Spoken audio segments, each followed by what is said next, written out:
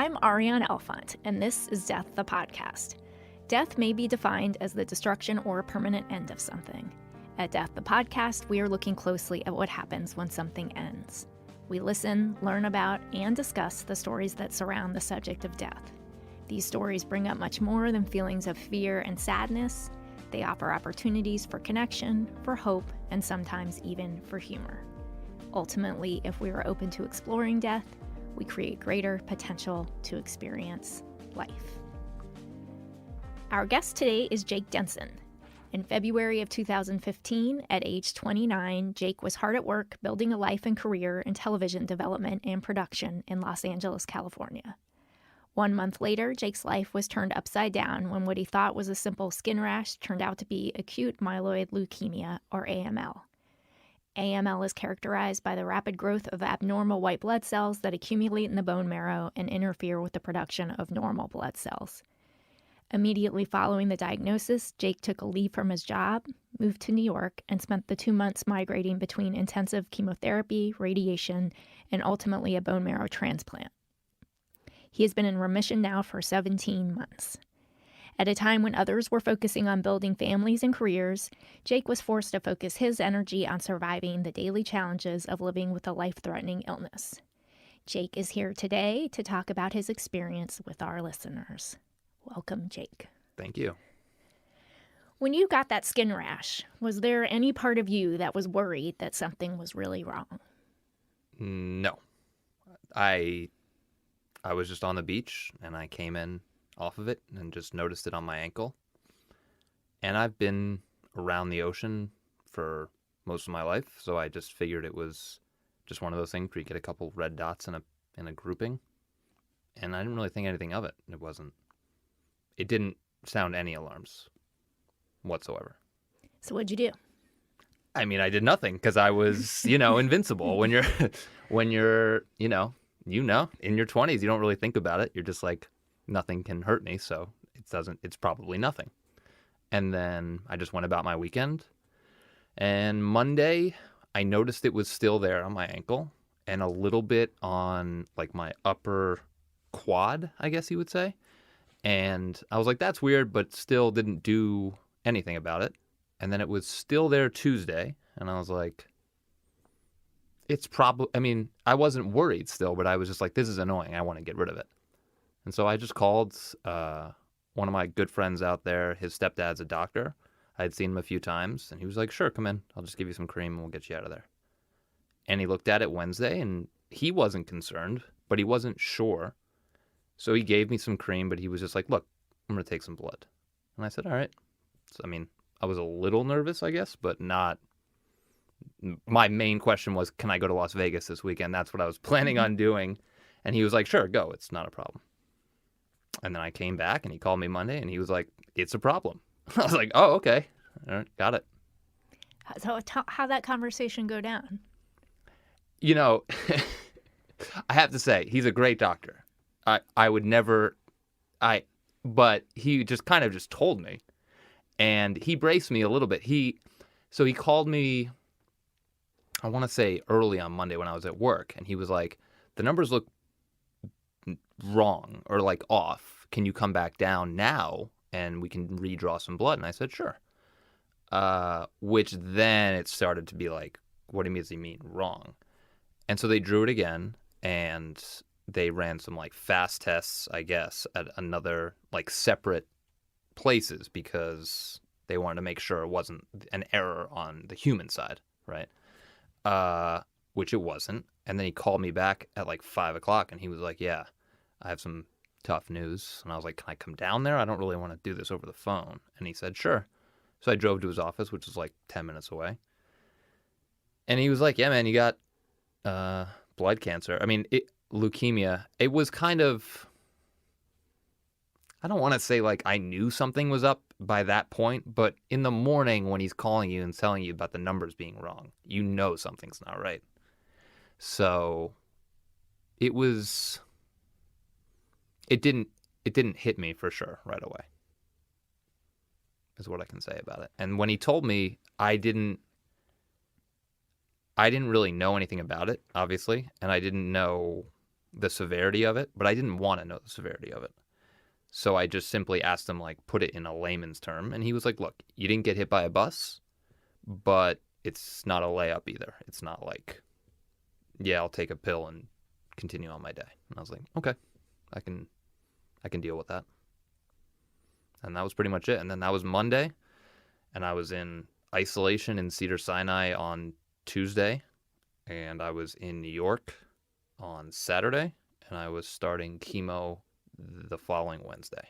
So I found out on a Monday, was in New York Saturday, and then less than a week and a half later was starting. That was efficient.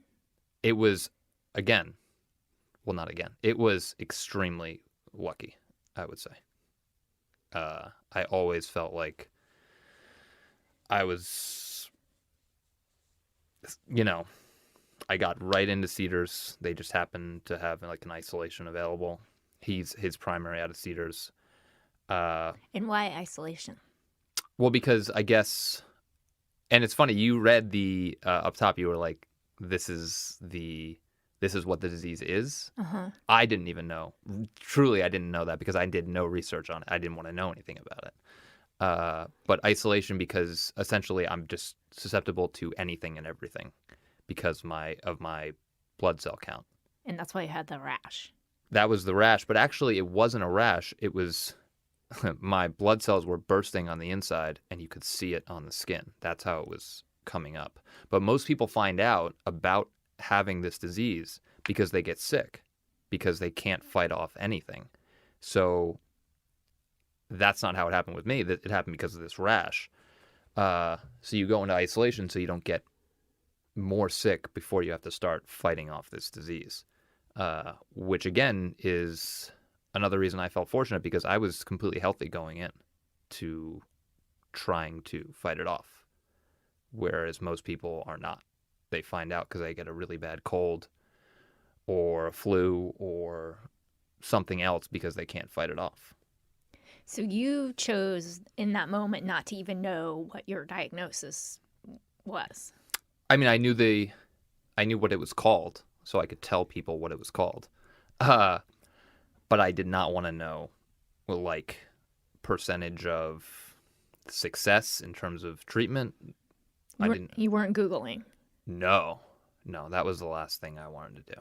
Because I just know, unfortunately, I have had experience, like I would say most people, with cancer in some capacity. So I know that as dire as something can look, or as easy and fixable as something can look, there's always, exceptions, or it's such a case-by-case basis. So I didn't want to look at general numbers because they don't really apply to me individually. I didn't feel. And that, coupled with the fact that I obsess over sneakers I'm gonna wear. So why, if it was if I Googled one word, it would have turned into 4 days straight of just overanalyzing, which I knew wouldn't have been productive for what I had to do at that point. So I didn't know anything. I mean, that's impressive that you knew yourself well enough to not go down a road that would have been not so good for you. Well, I think it's only because I had been down that road so many times. Like, it's in not. Other yeah. circumstances. It's not like I'm my will is not that good. I can't. It's. Well, but let's give you some credit, because here you find you're completely surprised. It sounds like, to find out you have a potentially life-threatening condition. Sure. And in that moment, most people would feel some sense of panic somewhere. And most of us, when we're feeling panic, don't necessarily use the best judgment. This sounds like it was good judgment for you to not turn on your computer. I would agree. So what was your support system in those first days, weeks? I mean, it was as good as you could hope for. It was exceptional. I had an incredible family that was just constantly there for me. friends who were constantly there for me, former employers who were, calling me and checking in on me, and my current employer, who I was working for at the time, it's extremely lucky to be working for him because he was just like, go take care of it. I mean, you don't have to worry about a thing. Like, I'll keep you on the payroll. Like, don't worry about health insurance. You're good. Just go take care of yourself. So between that and being in New York, which is where I'm from, that area anyway, my family was there every day with me. Friends were there every day with me. And the doctors I had were, for my money, the best. I mean, I have nothing to compare it to, obviously, but they were great. So I couldn't envision a better support system, I would say. What did you learn about being a patient? It's interesting. What did I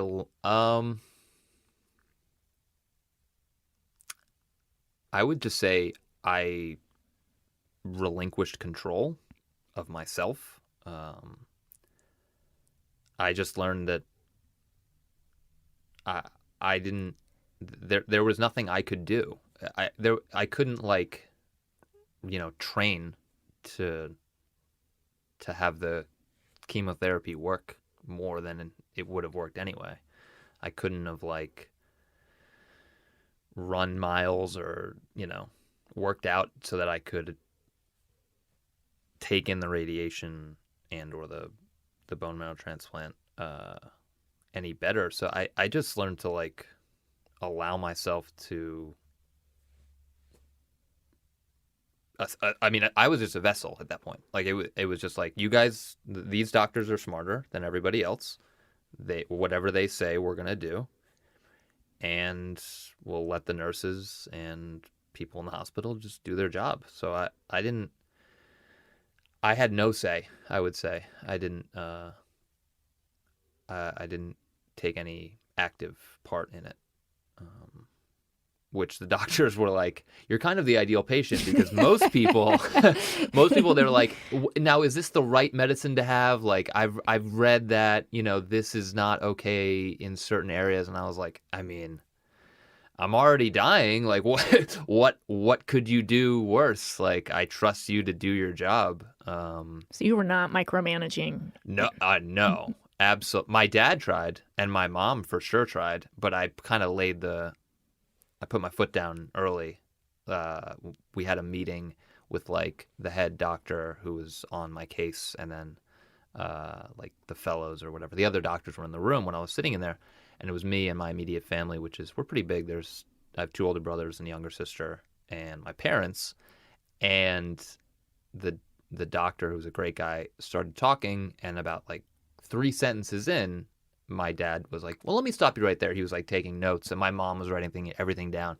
And I felt for them. What did you believe about your prognosis? I didn't think about the future at all. The only thing I thought about was, what can we do today to help help get to tomorrow, essentially. So there was no. From prognosis to today, it was not a lot, or not today, I can't say that. But until, end of the summer, a couple months after the bone marrow transplant, I'd never really thought about the future beyond that next day or week. Did you think about dying? Of course, yeah. I mean, we're here. But yeah. That was what I thought was something really important in the beginning, because it was definitely a concept as a child that I don't want to say obsessed over, but it definitely hit me. The second I realized the notion of eternal nothingness, or that as a possibility, I became petrified. From 10 to 14, 15, 10 to, I just lied, 10 to 28, 29. It would go down periodically. In the beginning, it was every few hours I would think about it, and it would slowly taper off as I got older. But it was definitely something I feared. but I learned over time that it was like a healthy fear. But I knew that if I didn't deal with that up top, it would be building, and it just would not be good. It wouldn't be good to have throughout the process, because it's gonna come up, and if I don't have some kind of, if I'm not settled on it in some way, it's just gonna work so counter to everything else that needs to be happening for me to survive, that I can't obsess over it while I'm fighting. So I need to figure it out beforehand. So if I'm understanding you, it sounds like you had kind of a preoccupation with death. Sure. As a child and into adulthood, and maybe a few minutes before you found that rash. Uh-huh. And then when you found out, like, whoa, I actually have something, you sort of surrendered any understanding or knowledge of what it was you had beyond following the steps you were told to take. Uh-huh.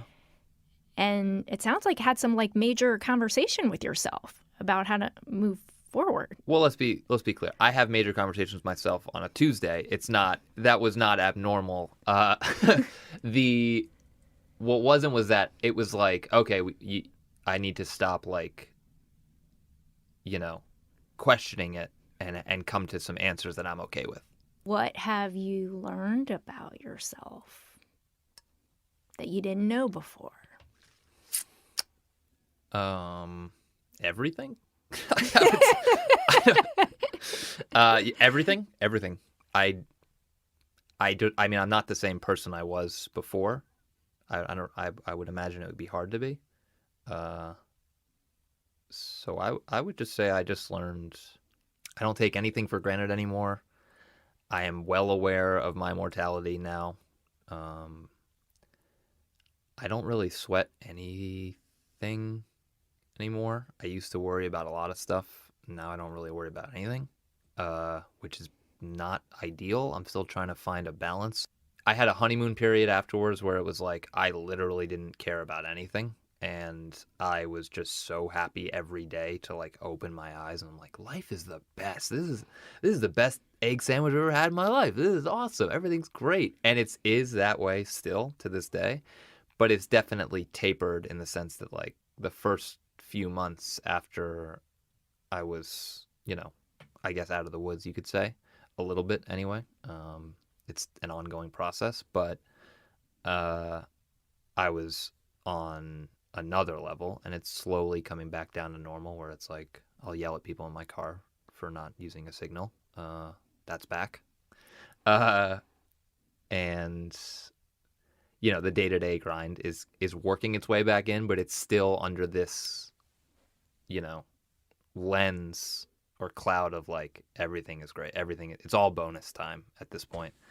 So when you say like, what did you learn about yourself? It's like, I learned everything about myself. I learned now that like it's a completely different self at this point. Being a young person who gets so sick and goes through what you've been through, like, I would imagine there are differences between you and your peer group that are just rather obvious. You're right. I feel much more of an outsider now than I did prior.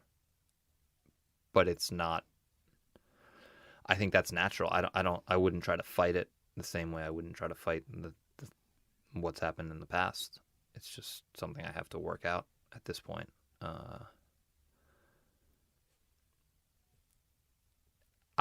I've had friends who have started to tell me something and then stopped themselves and been like, I can't tell you. I can't complain about this to you. Like, what am I doing here? And I was like, look, if we're going to break it down every time to cancer, then we're going to have nothing to talk about. You know what I mean? Like, if you can't tell me about how, this project you're working on is falling apart, or, you're having problems with your girlfriend because it's small potatoes compared to cancer, we'll literally just sit in silence now for the rest of the car ride. You know what I mean? Like, so that's for me to figure out. It's not for you to figure out.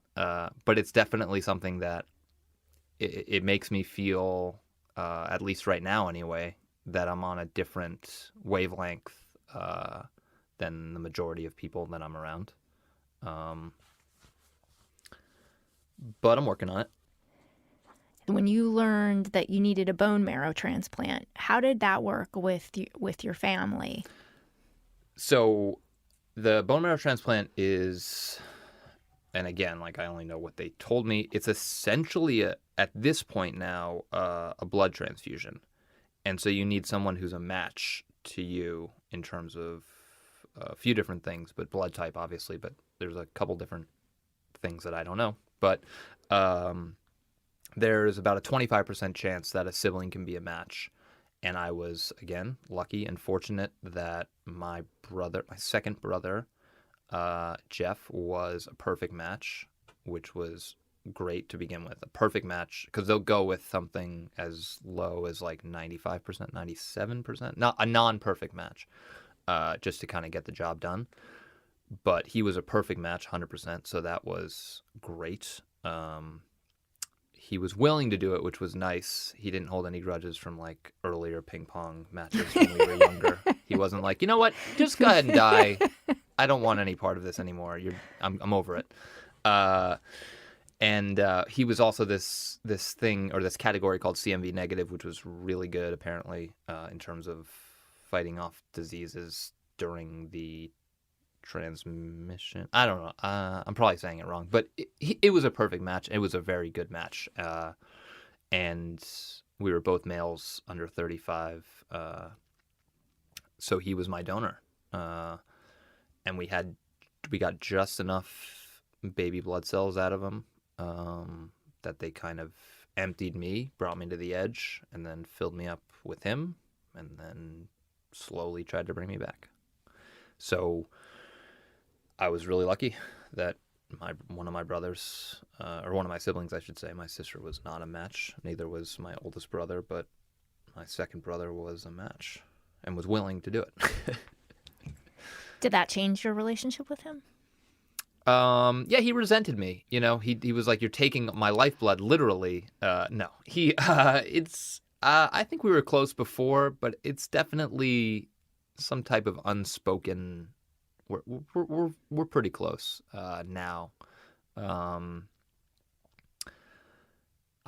understand the sacrifice he made. There was a lot to go into, you know, preparation for giving the amount of blood he had to give, things he had to do that had to have been hard for his day to day, and like traveling to New York. He lives in New Orleans. I am grateful forever. There's, you know what I mean? Like I owe him life. What have you learned about your relationships? I mean, are there people that surprised you? Yeah, for sure. That was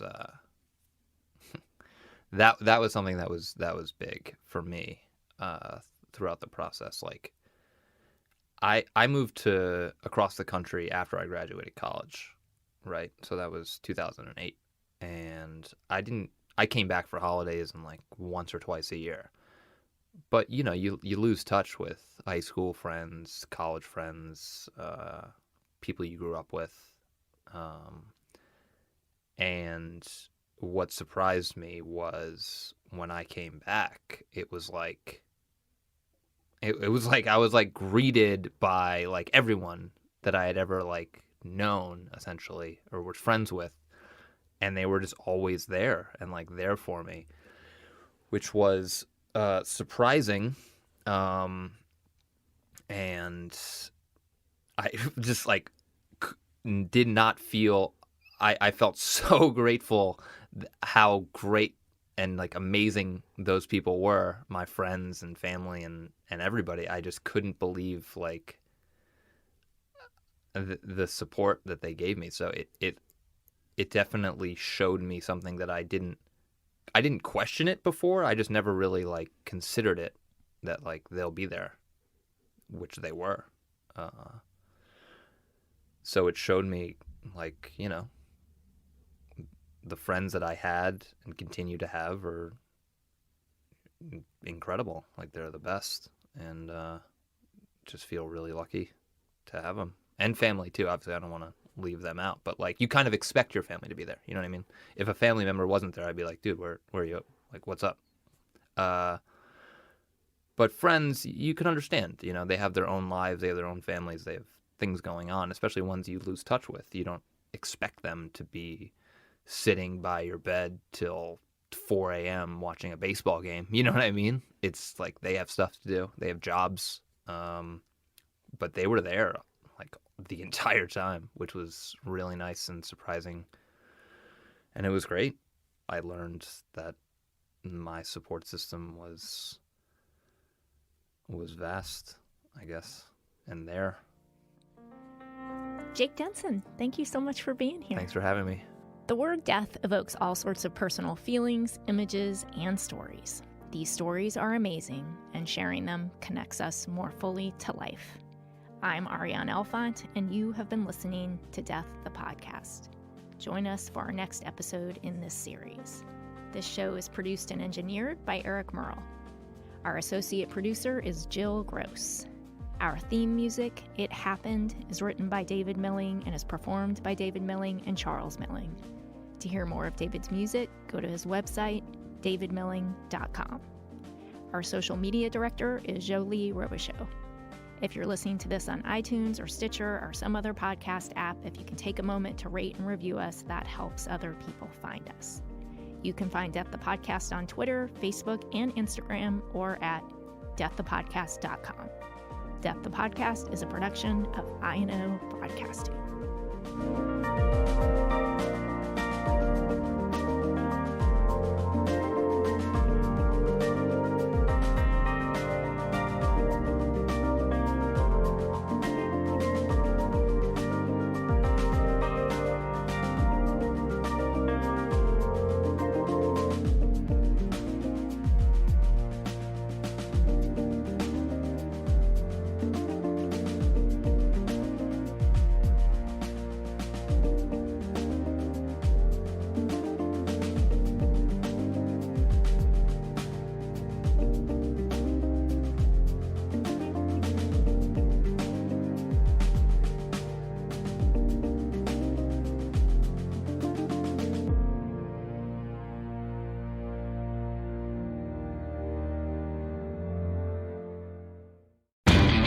You know Labor Day signals the unofficial end of summer, but not the end of your outdoor projects. Lowe's helps you do it right and helps you save with Labor Day deals throughout the store.